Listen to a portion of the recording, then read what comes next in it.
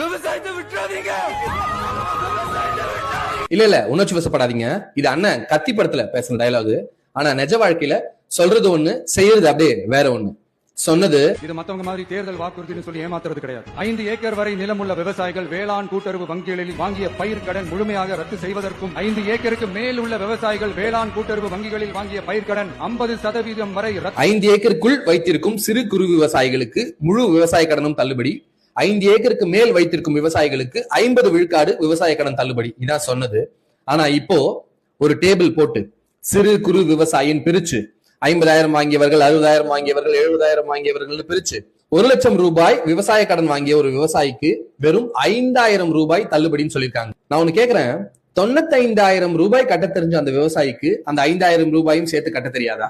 இது யாரை ஏமாற்றுவதற்காக கொடுக்கப்பட்ட அறிவிப்பு? முதல்வர் அவர்களே, ஒரு விஷயத்தை மட்டும் தெளிவா சொல்லிக்கிறேன்.